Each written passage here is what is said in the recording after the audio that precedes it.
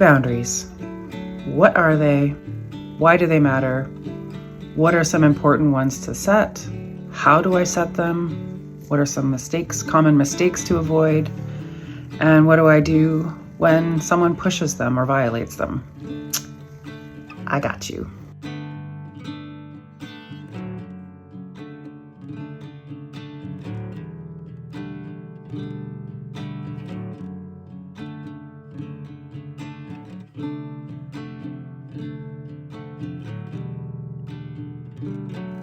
Welcome back to my channel. My name is Jennifer.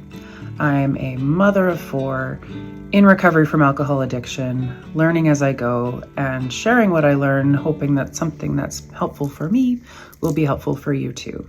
If you're into this kind of thing, please subscribe, share it with your friends. Who knows who needs to hear whatever.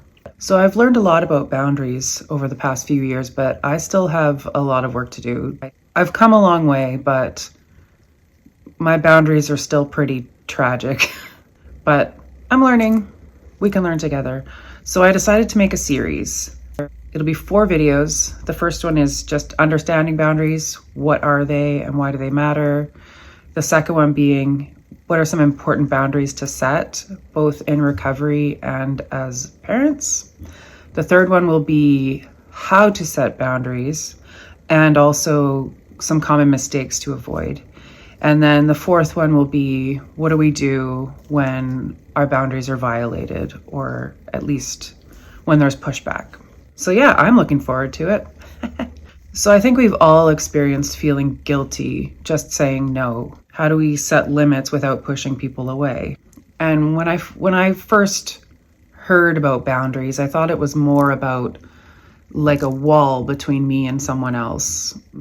But over time, I've learned that they're much more about connection and about keeping love and peace as safe as possible. So what are boundaries? Boundaries are just an invisible line that signifies where I end and someone else begins. They're not punishments. They're not selfish. They're the structure that lets us live safely and honestly. So there are 2 main types of boundaries. External boundaries are the ones that we set with other people. So that has to do with how people treat me, how they enter my space, how much time and energy I give them. Internal boundaries are the limits I set within myself. So what do I say yes to? What do I spend my time doing? And how do I respond when emotions are running high? It's also just basically my schedule, my routine, my schedule, my expectations of myself. So in a recent short, I talked about the hula hoop, and the hula hoop is important when we're talking about boundaries, just to visualize. Each of us is inside our own hula hoop, and inside our hula hoop are the things that are within our control. Actions, words, choices. Everything outside the hula hoop, other people's opinions, choices, moods, they're not mine to fix. So I focus on what's in my hula hoop, my behavior, because that's where growth and change can happen. I can't mess around with what's going on in your hula hoop without dropping my own. So why do they matter in recovery? Addiction often blurs boundaries. We might lose track of what's ours to carry, or try to carry everyone else's pain. And the research shows that families affected by addiction often slip into role reversals, blurred rules, or constant crisis management. So setting boundaries in recovery helps to rebuild stability and trust. And for those of us in recovery ourselves, boundaries help to protect what's fragile and growing.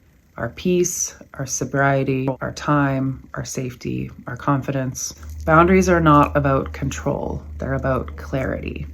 As for us moms and parents, parenting is full of boundary lessons. Studies talk about authoritative parenting, which is a mix of structure and warmth, is the healthiest for kids. So it means clear limits and follow through, but also always with connection and empathy.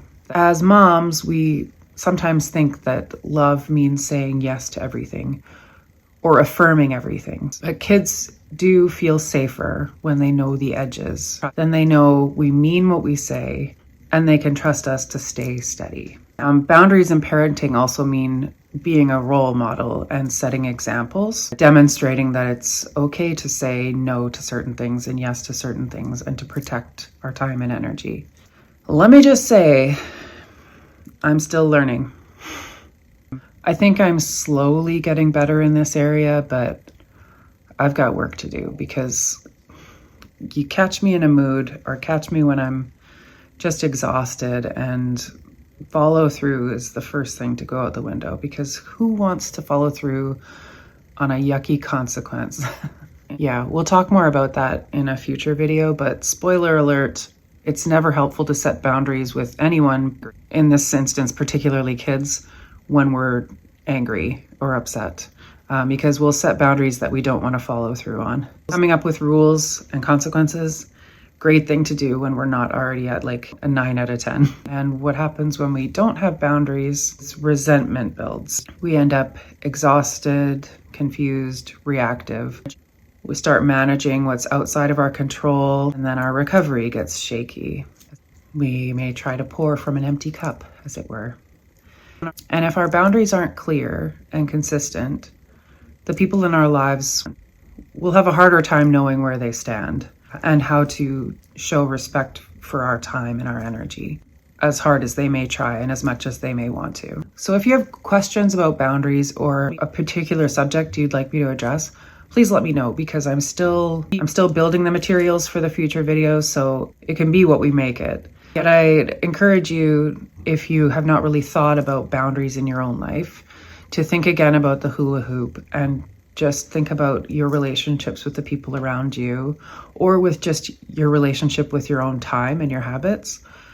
Where are my boundaries clear, and where are they blurry?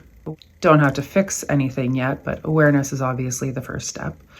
Next week, we'll talk about some specific boundaries that will protect our recovery, our relationships, our home, our peace, etc. So yeah, just a quick little intro to boundaries. Ask questions if you have them. If you're looking for a tool to help get started with internal boundaries, I've made a mooring lines PDF that has an explanation and provides little charts you can fill out, cut out, keep with you, just to get started on having some accountability with yourself. So yeah, check that out in my links. And yeah, have a good day, have a good week, and thanks for watching. I'll see you soon. Bye.